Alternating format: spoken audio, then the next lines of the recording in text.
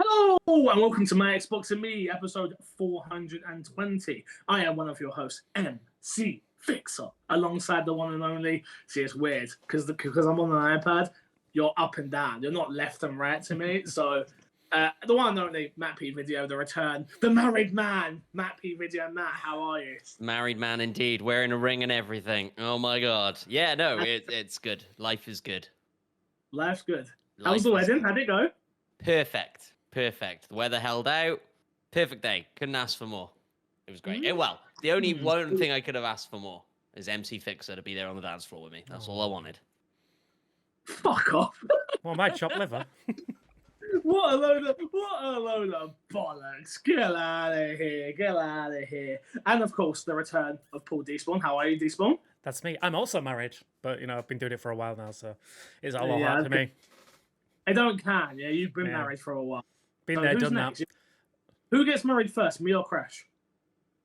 Crash. Well, you have one thing over Crash that he doesn't, right? Which is a fiance. So, I mean, the good money is on you, I think, Fix. But but look at Crash. That's a ladies' man. When you see him, that is a ladies' 100%. man. 100%. So for those who are not aware, Crash is still on holiday. He's in Albania. And for those who are wondering why I'm in a whole different setup, no, I haven't finally bought that house I've been talking about for about 20 years. I am currently in Cyprus. Maybe I'll just give you a tour outside in a second, but we'll see what happens. We'll see how long this podcast goes. But we don't miss a week. 420 weeks. We still haven't missed a week. We don't plan on missing a week. So here we go as usual. This is My Xbox and Me, our weekly Xbox podcast right here on youtube.com/My Xbox and Me and all podcast services. If you want the show and you want to support us financially, head over to patreon.com/mcfixer.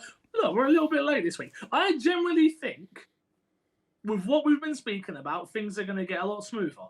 I do generally think that. Famous last words. Yeah. Why would you say that loud? Whatever. Remember, go review us on all podcast services as much as you can, and subscribe to the YouTube channels. Shout out to our Patreon producer, Erin Guard. Topic of the show this week: Gamescom is upon us, boys, and I'm kind of jealous that I'm not going. Matt, you're going, right? I am indeed. I will be there. It's a good point, actually. We haven't talked about the podcast that week, but I'm assuming I won't be on it. But next week, the week after that, I will come back and tell you all about all the cool things I did at Gamescom. That'll be exciting. See, I'm not going. This one, you going? No, but still. Oh, you might be. Sounds like you both might be. So I'm definitely at that position of like last minute weekend away. Yeah, I get that. Possibly. Yeah, no. Yeah. I would be. It's Haley's birthday. If it wasn't the same week as Haley's birthday, I probably would have just been like, I'll just come for a day. But no, I really, really can't. But the big news is... I was going to say, Germany's nice for a birthday holiday, right? Cologne's beautiful. We're literally in Cyprus. I mean, yeah, but... you need a holiday for your holiday, right? No, Paris. Come on, guys. I can't keep going places. I can't keep going. But the big news this week is obviously Xbox is at Gamescom. There's been actually a lot of talk about Xbox at Gamescom, really. A lot more than we've seen since COVID, I guess. With showcases, them saying they're going to have a big presence. They've announced most of what they're showing at the show floor, and they've also announced what won't be at the show floor.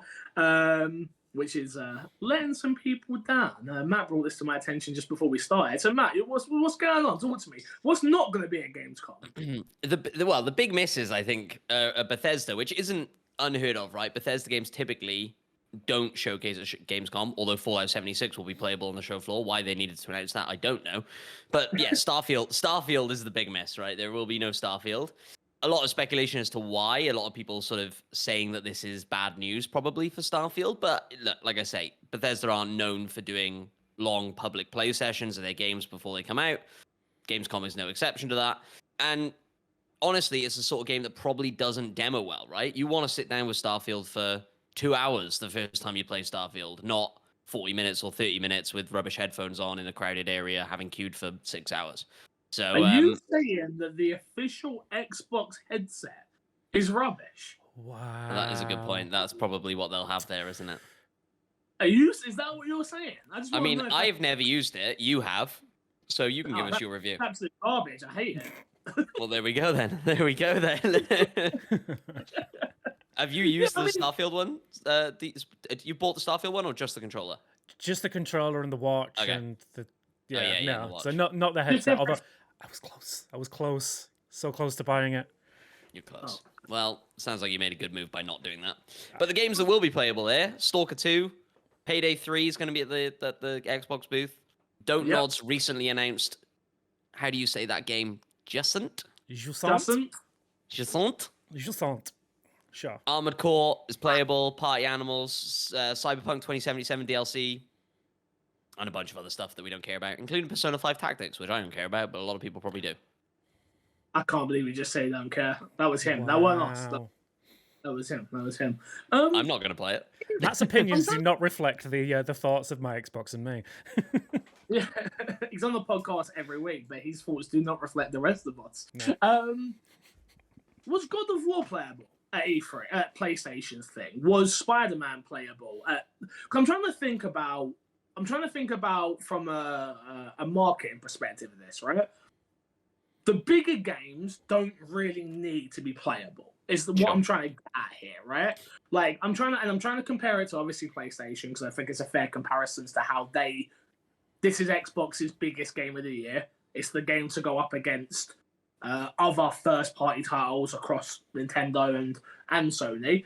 I'm just trying to think. I've never been at Gamescom or E3 when the big titles are getting their marketing pushes, but I don't think they get shown as playable, right? Like you hear about press and influencers going and doing backdoor demos of watching people play things. Mm-hmm. Yeah, but they're not usually playable until we get our review copies, right? Yeah, I know for a fact Cyberpunk wasn't, I believe. So I know that was a behind the closed doors. Yeah. Yeah. But yeah. So this isn't anything new, is what I'm trying to get at, I guess. No, it's not. And I think for big games, typically what you see is they'll have their own event. Like they won't do it at Gamescom. They'll do their own event in London and one in New York and one in LA, and they'll invite the press that they want to that. Gamescom is chaotic at the best of times, regardless of whether or not you're press or public. And so, just being able to do it in a more closed environment is probably better for them. And they have more room, like the press area. They probably can only have 4 or 5 setups in the back door. I mean, Xbox have probably got a much bigger area in the press, locked off bit. But yeah, typically they'll only have sort of 6 or 7 setups. It's difficult to get a lot of press in there to get through those appointments quickly, sort of thing. So yeah. Interesting. I'm disappointed though. I wanted to play it. I'm sad. Yeah, but like you said, did you want to play it for 15 minutes? No, and I didn't want to queue for Did you want to public play area. Did you want to play for 15, 20 minutes where you've been dropped in from somebody else who's just started the demo and they've been kicked off? I always hate that when I play games where like they've given us a sliced demo on purpose, right? And the person hasn't come along to quit out of it and restart the demo or whatever. And then you just sit down and you go, well, I don't know what I'm doing. This doesn't make any sense. Mm. And then you start basing opinions off of what you've played, which is not even a fair assessment of what the devs or the team that's put this together have even wanted you to see. They want to see you play it from the start or from whatever point they've dropped you off on. So I think as a whole, this is good, especially it's a Bethesda game. If there was a single bug and someone pulls out their phone and records it, the PR nightmare of, this game's a buggy mess. Like, one bug doesn't make something a buggy mess. But we all know that is literally what people are waiting for. Literally, they are waiting to find the most atrocious bugs they can to just clown on it and get impressions on Twitter. That's what I keep seeing nowadays, is people just doing crazy things for impressions on Twitter. Mm-hmm. Now that we got the Elon Musk bucks coming in with the ad revenue, like you just see people just trying to farm interactions now. And I'm just like, oh, this is gross. And I can just see it getting worse and worse and worse. For me, it's just, I don't like going into, like, obviously, I think they're right not showing Starfield on the floor or having like short sessions like this. Like you guys have said, this is not a game that you get a good impression after 20 minutes of playing. But going into the conversation about like the reaction to it, it feels like there's some kind of double standards a little bit. Like you said, like, did we get a Spider-Man one? Did we get a God of War one? Do we get Cyberpunk ones? No, not really. No. Why is it that Xbox are expected to not do the same as everyone else.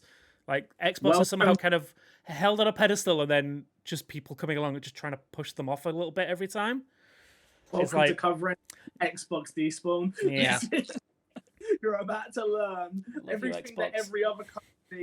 every other company does, which is like just the norm, Mhm. is not the same thing that happens to Xbox. Xbox is held to a much greater standard for some unknown reason. Which the one thing I'll give Nintendo credit for though, when they have a big first party game, Nintendo are doing the EGXs, the Comic Cons, things like that. Nintendo have always got their games around to be played. Yeah. Always. So you've got to give credit where credit is due there, like Splatoon or any of the Mario games that come out, and they demo very, very well. Yeah. I would say that I think Nintendo held themselves to a different standard though. Like, I don't think I've ever seen a Nintendo game released in a buggy format. They release when they're ready. So I think they definitely like plan their releases better than some other first parties and second parties.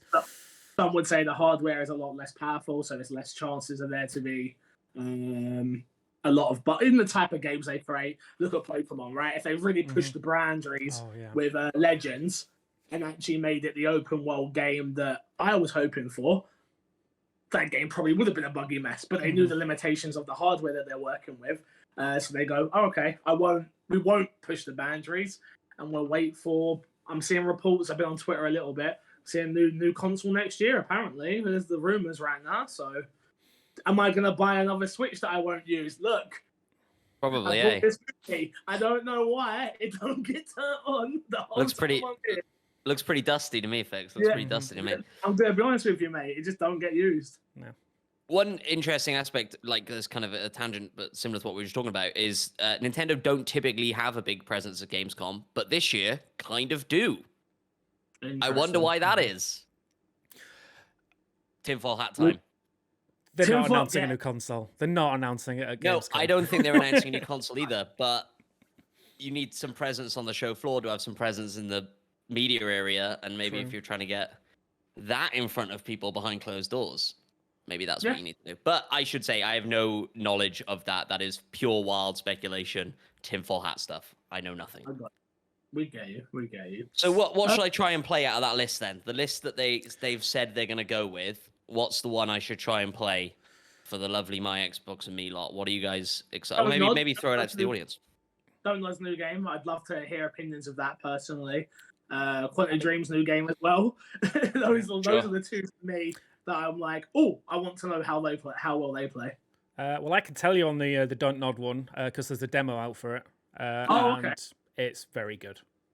It's kind of like a puzzle climbing game, but it is it's Don't Nod, so you know the story in there as well. Yeah, ton of fun. Definitely go check it out. The mechanics are really cool. So yeah, but no, if you get a chance on the show floor, Matt, definitely check it out yourself. It is a ton of fun. Hopefully, if there's a demo already out there, probably won't waste my time queuing up to play demo Gamescom. Fair enough. But yeah, Stalker 2 is the one that I'm probably most interested in for that list. Yeah. But also, I kind of know how it's going to play, I guess. Like, I'm not going to be surprised by what that game is, am I? By playing it at Gamescom, so. Look nice, though. I'd like to see what Armourcore's like. Party Animals, I think, like that game's the new Duty thing forever for party games. Just release the damn thing. I'm interested to see what Phantom Liberty is going to be like. I've heard a lot of talk about how, obviously, they're revamping the entire system. I want to see that in action, so I'd be interested to hear what that's like. Well, yeah, I remember Crash mentioning it to me because I played it when I first got Cyberpunk, didn't like it too much. Obviously, it was broken a lot. And then, there was rumors, obviously, it's going to be, like, sort of revamped. So now might be the perfect time to do both. Yeah. Like, if I do enjoy the base game, then check out this DLC. So, yeah, I'd love to know how that is. I want a new open world game that, for me, just for my own time enjoyment sort of thing. We'll talk about it in a little bit, but I've been playing a bunch of Punch Club, and I'm just like, oh yeah, I can have fun with games that is not on stream. So now I'm trying to like find games that I can play in little bite sizes. So yeah, let's jump into what's been in our box, boys. I'll kick off again, like I said. The only thing I have with me is my Steam Deck. I did download Baldur's Gate 3. Nice. It did take me 24 hours to download it. Out here in Cyprus on their 10 megabytes per second internet, but we got there. I haven't started that yet. Obviously, we know this game is coming to Xbox eventually. Isn't currently on Xbox. We know it's going to be on PlayStation beforehand, which I've seen a few Sony ponies being out there, being like, oh, look at the game, I got this review. I'm like, yeah, on PC, relax, man. Like, we all knew this game was going to be good anyway. Yeah. I cannot wait to start a campaign with you guys. I cannot wait. Let's do it. Yeah, no, I am being deadly 100% serious. I want us to try and set a day or whatever. I don't know how we're going to do it. I don't know. I've not played it enough to know if it's a case of, can I bring my character into one of our worlds and then it's not going to mess up the entire campaign? Or how we need to sit down and figure out how we want to do it. But I want it to be the four of us each week, come like a D&D session. The four of us come together and we just stream it and we just, I don't know, play for a few hours. As long as we possibly can, to be honest with you. So tell the wives and the girlfriends to fuck off because we're playing games tonight. Matt, don't tell your wife to fuck off. You just got married. Could end badly, couldn't it? Don't think it'll go well for you. Yeah. Wait 6 months and then you can, then you start dropping F-bombs. You can start doing that, yeah. Yeah. Do you know what? Just don't tell anyone to fuck off and kick her down the stairs instead. And then there we go. Yeah. There we go. But yeah, I haven't started it yet. Obviously, I did play it when it was in the early access. We got code. Did I get you a code, D-Spot? Yep. Didn't we play it beforehand? We did, right? Briefly, yeah. That's why I know I'm excited for it. I'm just so ready. I keep hearing how the combat is like really, really tough, though. Really tough. It is tough. So to piggyback off of this, I have started it. I have played it. So I played a couple of hours of it. It is tough. Like even, it gives you 3 difficulty options before you start. You can change them anytime you want. One is very story based, and then one is medium, and then one is tactical or whatever they call it. And I'm on the medium one. And yeah, it's tough. My dudes are dying in like 1 hit or 2 hits from people I didn't even know were here. I think I'm being all sneaking up on dudes, pushing them off a rooftop, and then from another rooftop, I get sniped by some goblin 360 no-scope ladder stall motherfucker. But it's great. It's great. It's fantastic. Yeah, I'm loving it. I played it. It gives you an option at the start whether or not you want to play one of the characters they've built that has a backstory, or start your own brand new character, start my own brand new character, and then you meet the other characters along the way and create your party. Really cool. Really cool. Perfect D&D slice. I don't think it does a fantastic job of explaining the kind of like deep D&D mechanics of, if you're not familiar with that system, like how you roll a dice and then get all these added things to it based on your skills. It doesn't really explain any of that. It just kind of appears and then goes, oh, and you get an extra 2 from here and an extra 1 from there, and we're moving on. And it's like, oh, okay. Yeah. But it is fantastic. All the reviews are already, very positive, or reviews in progress, I should say, because I think codes went out very late and people couldn't get around to finishing it. But yeah, well-deserved praise across the board, I think. Fair enough. Nice. Steve, what have you been playing? So I actually went out the house to play a game. I know, what? I actually went to London to check out the new Vampire Survivors co-op mode early. So I've been playing that a little bit. Very good. So it is only couch co-op at the moment. I know I was talking to one of the devs, in fact I was talking to the main dev, Luca, who said that they are wanting to work on it, but obviously that's a whole other kettle of fish at the moment. But yeah, local co-op, if you are familiar with Vampire Survivors, it just feels so natural. They've done a really good job of balancing the characters and the abilities and weapons. So when you play, as you play through, you can only get a certain amount of weapons depending on how many players there are. So you're not all like fully maxed out, powered with 6 weapons and stuff. So they do a really good balancing act of that. The enemies kind of scale as well, really well. It just feels perfect. I know that they've teased that there's going to be extra stuff in there as well. So we'll see. So that drops on the 17th, I think, is when it officially launches. So it's going to be on Game Pass. It's going to be on Game Pass PC, so Xbox, and everywhere else, Steam as well. So definitely go check it out. It's super cheap as well, just for the base game if you don't have Game Pass. I think they try and keep it like below like £5 just for the base game, and then there's a couple of DLCs for like £1, 150. Yeah. So definitely check it out. Other than that, what have I been playing? I jumped into a game of Payday 3 earlier today, and I'm planning on jumping back in. Yeah. It feels like more Payday, Okay. Sure. which is what I want. Absolutely fine. Yep. That's yeah. That may sound like a backhanded compliment in No. a way, but no, I'm absolutely fine with that. More Payday, cool. Yep. Cool, brilliant. Yeah, more Payday, and it's new guns. Yeah. Yep, I'm good. cross-playing Game Pass. Sure, let's do it. I'm in. Yeah. Absolutely. Yeah. Matt, what have you been playing? If anything. I got a weird one for you. So there's a bar in there's one in Bristol and one now in Cardiff as well called NQ64. It's a bar Yeah, arcade. It's very well. good. It's very good. If you get a chance to go, you should go. I've been twice in the last 2 weeks. Last week went because they put Barbie Explorer on the PlayStation 1. So me and Emma went and played through Barbie Explorer on the PlayStation 1. Nice. And that game is awful. Like truly, truly terrible. Just in every facet of its being. It is a platformer where every time you jump, the frame rate drops to about 6 frames per second. Nice. You're running at the camera, you're running away from the camera. It's just truly terrible in everything it's trying to do. So that's fun. And my favorite arcade game of all time is Track and Field. And so we played that, and I broke my thumb playing Track and Field. So my thumb is currently, my one thumb is currently twice as big as the other, and it's in a lot of pain. So apart from that, I've been playing Baldur's Gate, and that's it. Can we just go off on a tangent real quick on the Track and Field, because I have some of the most fond memories in game with that game. So it was my dad's my dad always worked in Dixon's, if anyone remembers what Dixon's was in the UK. The electrical department of Walmart, let's say, for our American listeners. Sure. And so he's always worked around games. He's never been into games. Owns a game shop now. Still doesn't play games. Pretty much, he just works in games. Don't ask me why. He's an interesting man. But that was one of the very few games we could get him to play. Me and my brother. I've got a half brother the exact same age as me.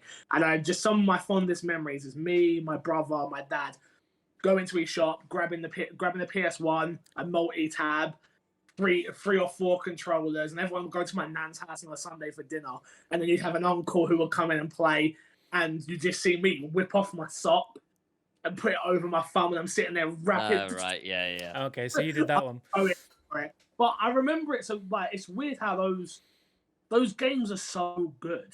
Like all iterations of those games are so good, and yeah, and some of my fondest memories is playing the Sega Saturn, because I was a Sega kid. They had a version of there. It was a green case, if I'm not mistaken.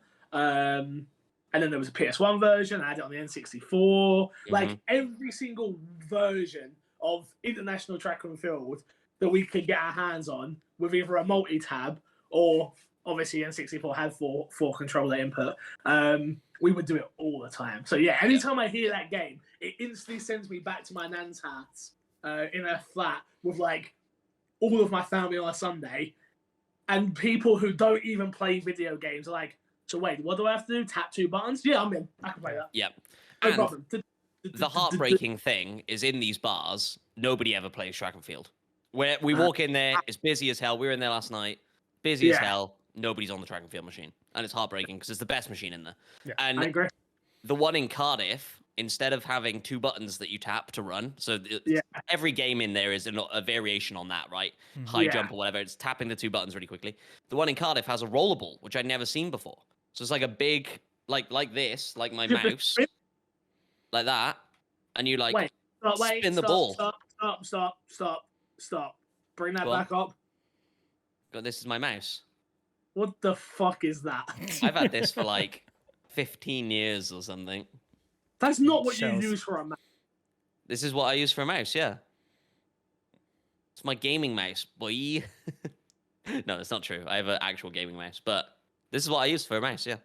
So it's good for editing. When we were playing Call of Duty and stuff, that's what you was using? No.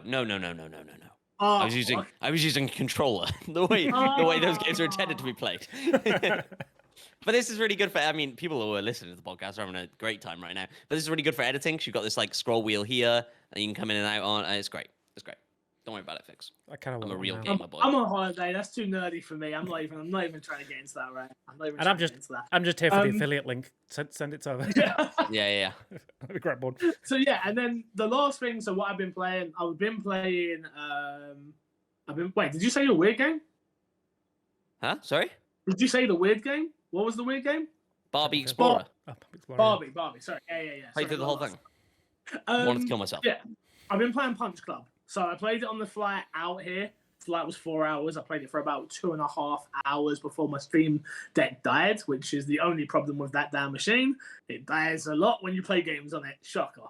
But yeah, I'm absolutely loving it. Haley was like, oh, let me see what you're playing. And I'm like, you're not going to care. It's a time management game, 8-bit.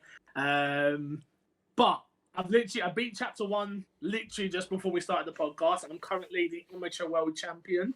Do you know what? I'm having a great time with it. I really am. It's one of those games where we would say it's a perfect podcast game, right?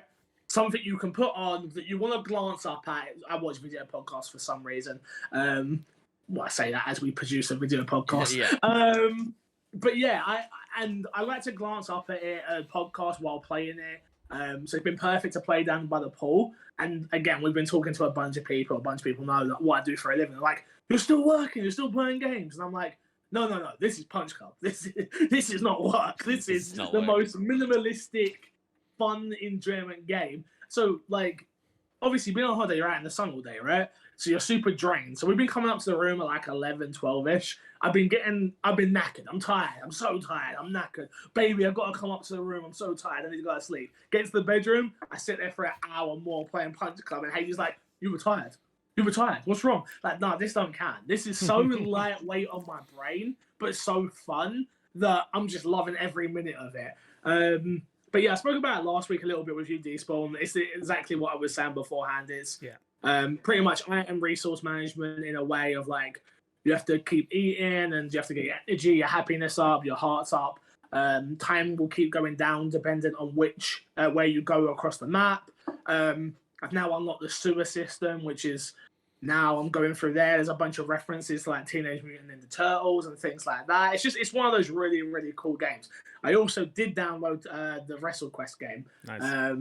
Didn't get to play it yet because I've been addicted to Punch Club, but it is on my Steam Deck as well. So yeah, that's what I've been playing while I've been out here.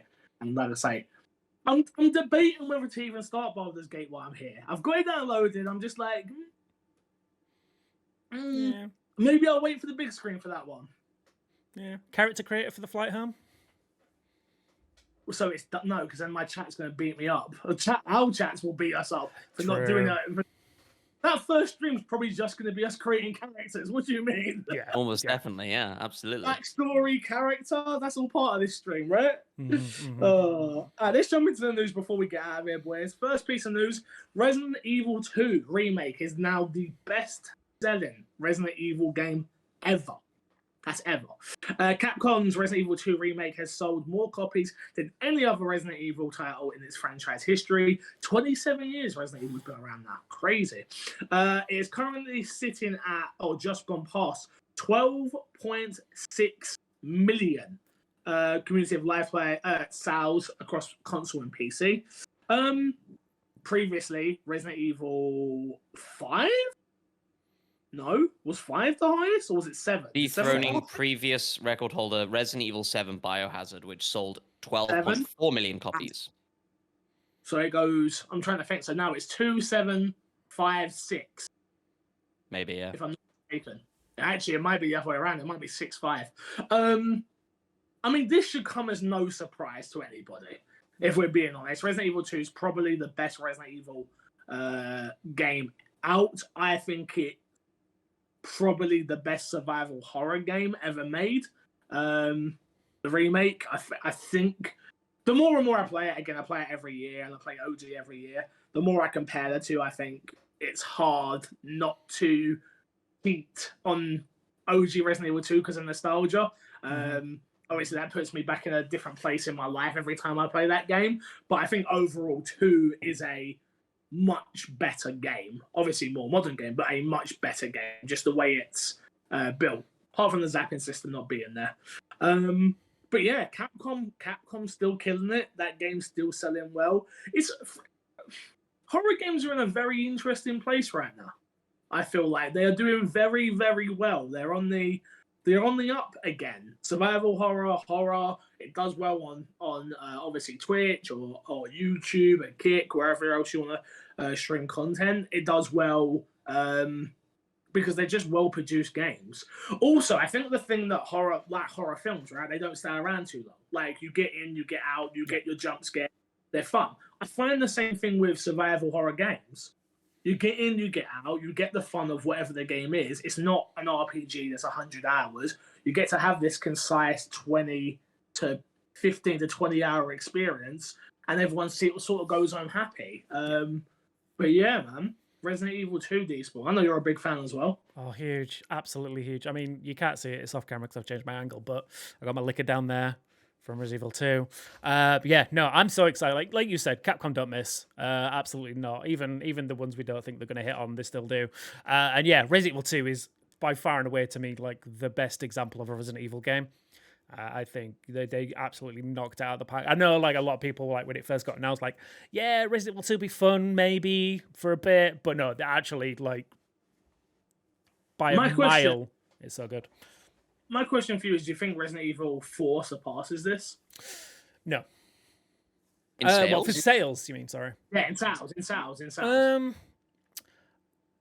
Possibly. I don't know what the current sales are. One thing I've not heard. I haven't heard anything. It was Resident Evil 4 was a very interesting game. The remake when it came out. It came out. Oh, obviously this year it came out. We played it. We've enjoyed it. I think a lot of people put it up there as one of the best games this year. Mm-hmm. But there hasn't been, for me, again, and maybe it's because it's Resident Evil 4 and I kind of blocked that out in my mind, but for me, there hasn't been that same longevity compared to Resident Evil 2, where people were still talking about it. I feel like when 2 came out, it had a longer tail compared to what 4 remake has had. Maybe I'm wrong. Maybe I'm just not in the right circles. I think you're right. I just think that Resident Evil 2 set a new precedent for what a remake is, or certainly what Resident Evil remake is. And so people kind of knew what they were going to get with Resident Evil 4 remake. Like, I think it still surprised a lot of people and was very, very good and you know, potentially better than what they were expecting, but not like so wildly different to what they were expecting. Yeah, I think. And so, sorry, go ahead. No, go no, ahead. I was just to say, yeah, I think the problem with the comparison to 2 remake to 4 remake is 2 was quite a big departure from the original RE 2, whereas 4 just felt more like a bells and whistles cleanup of like the original 4. I think it's a bit closer to like the releases for them to not stand out as much. I'm gonna say, so go ahead. It's the same thing. I was gonna say it's the same thing we're gonna see with like I think Metal Gear. In a way, where you're going to see Metal Gear Snake Eater get remade, right? And I think it's going to do really well. Obviously, we haven't had a new Metal Gear game in such a long time, so I think that alone is going to make it do really well. But if they had done Metal Gear 1, I feel like that's where, because of that HD jump as well, right? Like, when I play Resident Evil 2 Remake, it looks how I remember it in my head. And then you go and play it, you go, oh yeah, it's nothing like that, is it? But that's what I was envisioning when I was playing it still, in a interesting way. So, yeah, sorry to cut you up there, this one. No. But yeah, it's interesting. It's interesting. I'm happy. Michael, where do you think, with the way they've done Resident Evil 8, with the whole, they brought out the third-person mode in the third-person, third-person mode in the first-person game. Do you think now Resident Evil, the big selling point of 9 will be, we know our OG fans like this, we know our new school fans like this. How about you can both have what you want? Do you think we are going to get to that point now? Because they've proven they can do it. Because I played through 8 in full third person, and it plays perfect. There's not a problem with it where I thought there may have been. I thought it was going to feel off in a type of way with it just being added. They've proven they can do it. Do you think they will just now? It will be a case of play how you want to play a Resident Evil game. I could see them doing it. I don't know if there's a massive market for it. Like, I don't know. Or- It depends on, obviously, it's 100% on the developers, the kind of vision that they want. I think with the Village worked really well as a first person game because of the way that the game interacted with you. I haven't Yeah. played the third person, so I don't know how well it works. Plays well.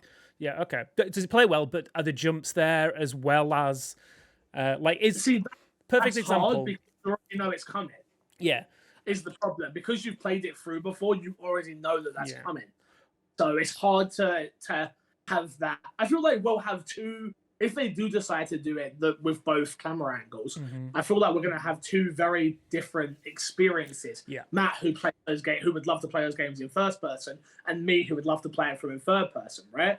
Yeah. Can I get what you're saying? Is there a way to design those games that we both get the experience we want? Because for third person, you need things jumping through walls and jumping out of you because you can't see it coming. Where first person, you can have it sort of off to the angle a little bit more, and it creeps. Yeah. So can you do both? I don't know. I guess Maybe that's yeah. amazing to be honest. Yeah, I guess the question is like perfect example because you've played through both versions now on Village. What was Yeah. the dollhouse section like in third person? Not as good. Yeah. Yeah. No, 100% not as good. Not as good though. But also, again, I think that's a big part of that is because I'd already experienced that. Right. Okay.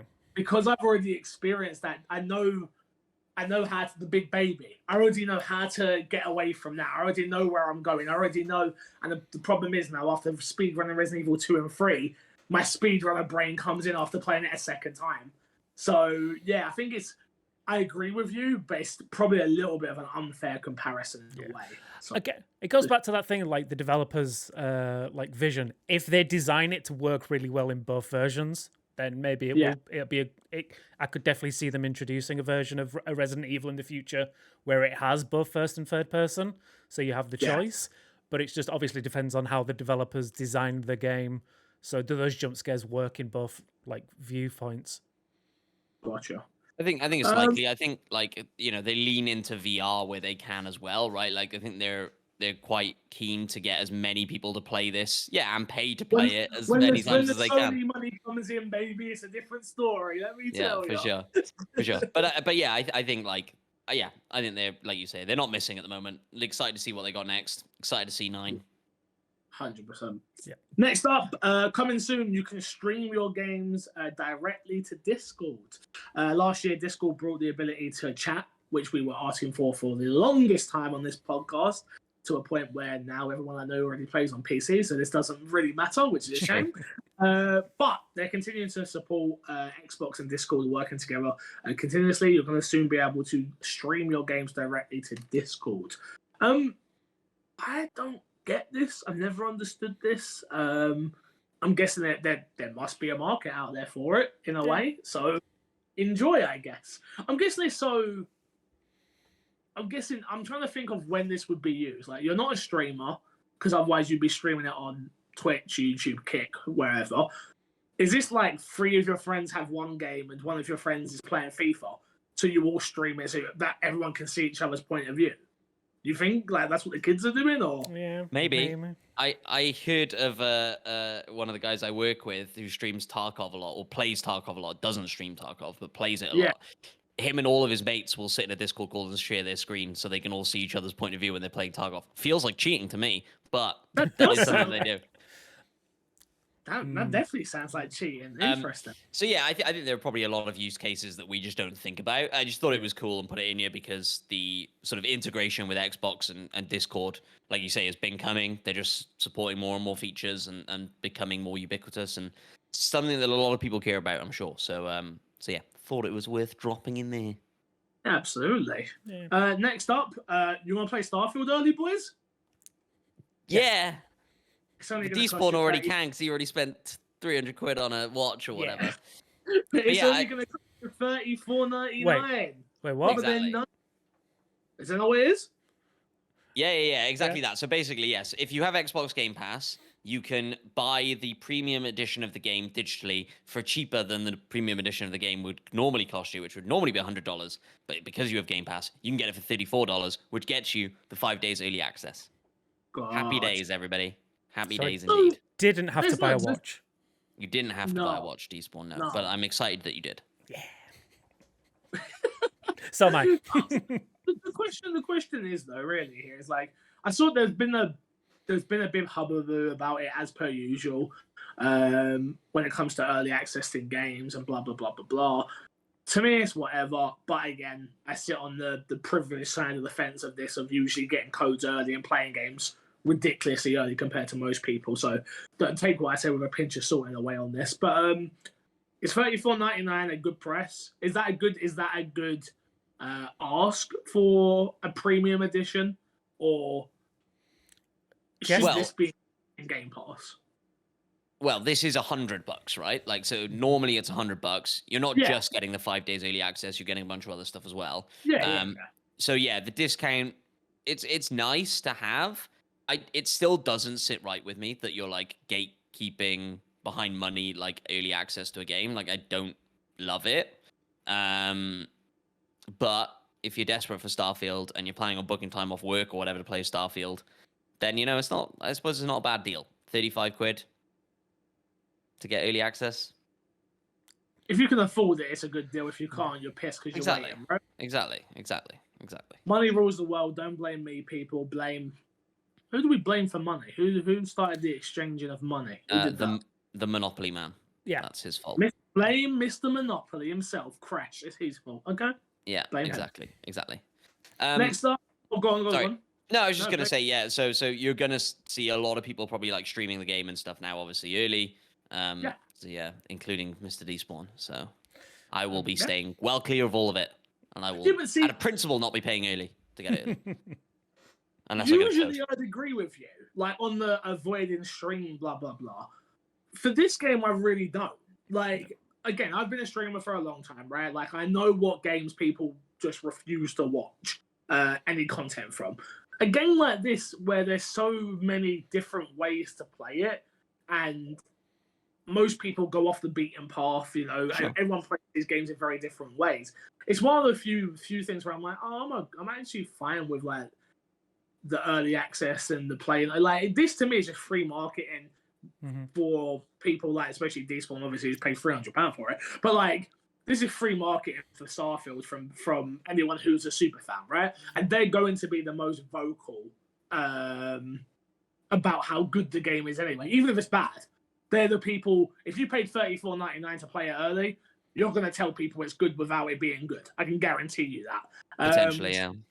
But it's just the way it is. So I can just see it how it is at the end of the day. It's an option for the fans. Obviously, for those that are on Game Pass, it's an even better deal. Like you say, I think what you said there about like not avoiding it, like I think I'm a prime example for why it's probably one of those games that you can get away with like watching and not being spoiled. Fallout 4, I think I've talked about this before. I've put about 60, 70 hours into that game, and I never made, for those who know the game, I never made it to Diamond City. Damn. So, yeah. So there are plenty, like, a Bethesda game, there is definitely a way that you can put in hundreds of hours of that game without actually spoiling any story whatsoever. It'll just be side quests and fun stuff. So yeah, so I think Starfield's one of those games. Like, early access is great. You could, if you are a viewer, you get a chance to check it out early and see if it is for you. And if on day one of early access you feel it is, drop $35 and then you can pick it up a few days extra early. Fair enough. I'll come look at my watch. Either one, it's fine. Yeah, do both. Yeah. When you get here, we want a whole episode of you doing the podcast, but I expect you every 10 minutes. Every 10 minutes, exactly. Oh, what time is it? Oh, yeah. Let's blast through these last couple because I want to go eat and it's lunchtime here. Microsoft has created a pizza-scented Xbox controller, and apparently it's disgusting. This was in collaboration with the Teenage Mutant Ninja Turtles, the Mutant Mayhem movie, right? If I'm not mistaken. I've seen a bunch of videos of it of people, especially on TikTok. Is it pizza or is it a controller? And it's like, come on, we've all smelt like the rubbery pizza. We know the difference. Stop making these dumb TikTok. God, but cool collaboration nonetheless. Want it. Next one, Microsoft is they're doing a repairability push now to extend Xbox controllers. which is fucking awesome, by the way. Yeah. So those who don't know the ins and outs of this, they've now got a way of being able to pay to get repair kits for your Elite 2 controller, also the base controller, if I'm not mistaken. Yes. So you can get replacement motors, you can get replacement the rubber parts that come off of the Elite 2s often. They're all at various different price points, which you can go check out if you want to know more information on this. But I think this is actually really, really cool. This is actually a very, very cool thing to do. And this doesn't benefit Microsoft in any way, shape, or form. Because I'll be honest with you, they would much rather you buy a $200 controller again. Yeah. Sure. So, yeah, really, really cool. Really cool to see Xbox do this. I hope this becomes a standard now within, and it will, knowing Xbox, to be honest with you. But I hope this becomes a standard now for anything they put out, which is like, oh, you've watched a YouTube video, you know where the screws are, just go do it yourself. If that's what you want to do, here, let us help you be able to do that. I'm kind of interested. Obviously, having the parts to be able to replace it yourself is fantastic. So you don't have to spend a £250 controller every time you need a new one, or 150. Sorry, I'm just used to that £250, so that's what I spent on a watch. But I'm interested to see how this is going to like maybe lean into the design lab side of stuff. Do we get custom plates that you can fit yourself now, or rather than having to buy a brand new controller? Sorry, you broke up.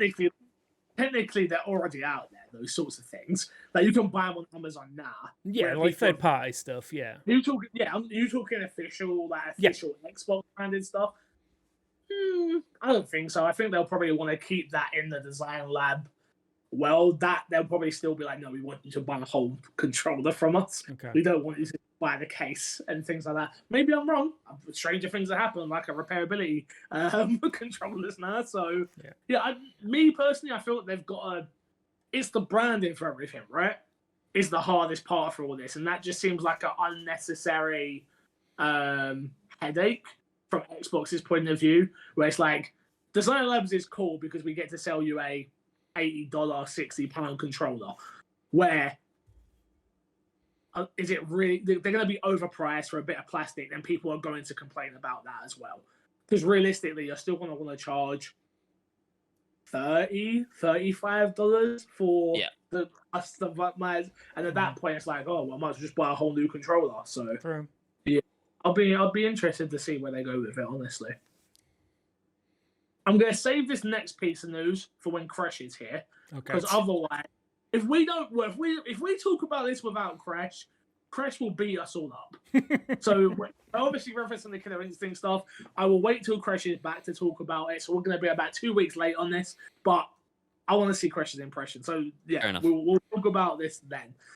We're doing one question. Is there one amazing question in here? Because I've got to go. Vic, Despawn, you pick.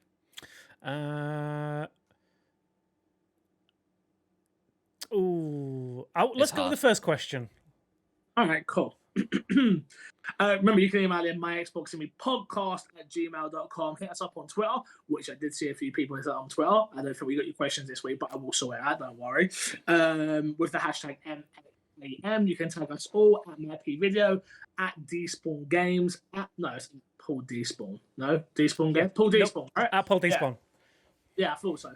At Paul Despawn, at NCFixR, Crash is at Crash Net Plays, and we have the official My Xbox and Me as well. Question.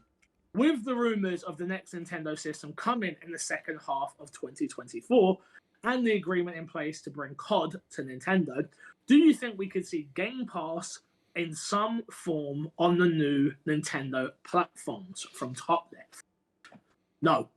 I don't think you see Game Pass go onto any of Nintendo's or PlayStation systems in Game Pass form. I think there could be some sort of cloud thing coming in some sort of way.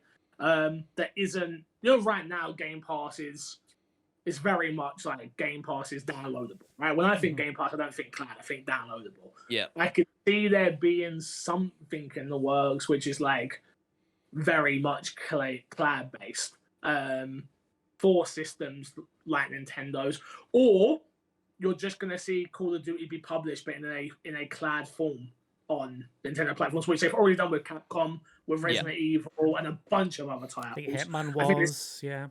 Yeah, I think this is just Xbox being like, well, how does that work? That works. They're making money. Yeah, well, join in, no problem. What do you want? How can we make this relationship work? But yeah, I'm more interested to see how powerful this damn system is.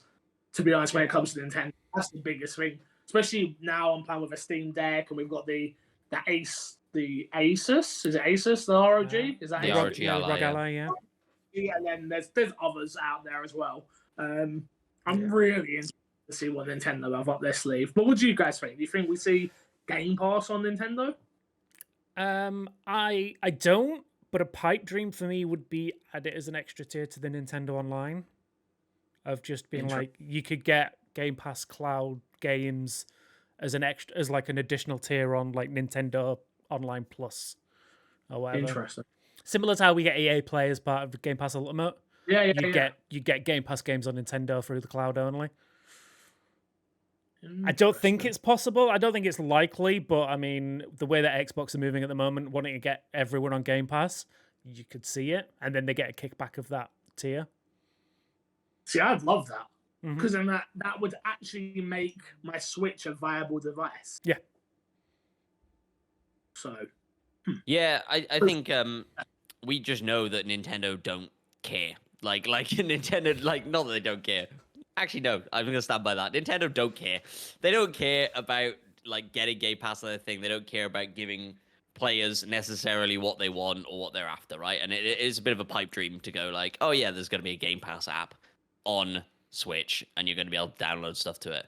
I think more likely you're gonna be able to like maybe backdoor a way into cloud streaming Game Pass through the internet browser or something like that, and they're just not gonna bother to deactivate that, and it's probably going to be a horrible experience, and that's what you're going to get, and then you'll get Call of Duty in the eShop as a streamable game, just like you do Resident Evil.